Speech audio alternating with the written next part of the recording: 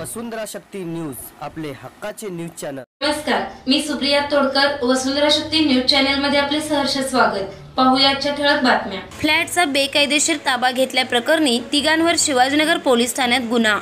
Finance कंपनीला कर्जापोटी तारण दिलेल्या फ्लॅटचा बेकायदेशीरपणे ताबा घेतल्याप्रकरणी तिघांच्या विरोधात शिवाजीनगर पोलीस ठाण्यात गुन्हा दाखल झाला आहे।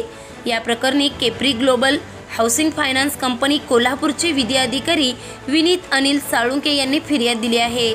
याबाबत पोलिसातून मिळालेली माहिती अशी, सुनील परसराम धनवडे, आशा परसराम धनवडे आणि परसराम मारुती धनवडे राहणार उत्तम चित्रमंदिर जवळ यांनी केप्री ग्लोबल हाऊसिंग फायनान्स कंपनीकडे सरस्वती कोऑपरेटिव्ह हाऊसिंग सोसायटीतील फ्लॅट क्रमांक 7 आणि कबनूरमधील फ्लॅट तारण ठेवून 28,82,182 रुपये कर्ज घेतले होते।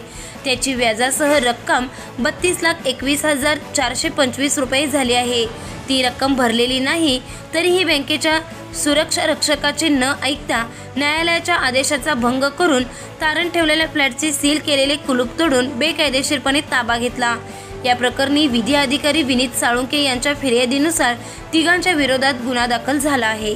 शक्ती न्यूज YouTube चॅनेलला सबस्क्राइब करा आणि परिसरातील ताज्या घडामोडी सर्वात आधी बघण्यासाठी बेल आयकॉनला क्लिक करा।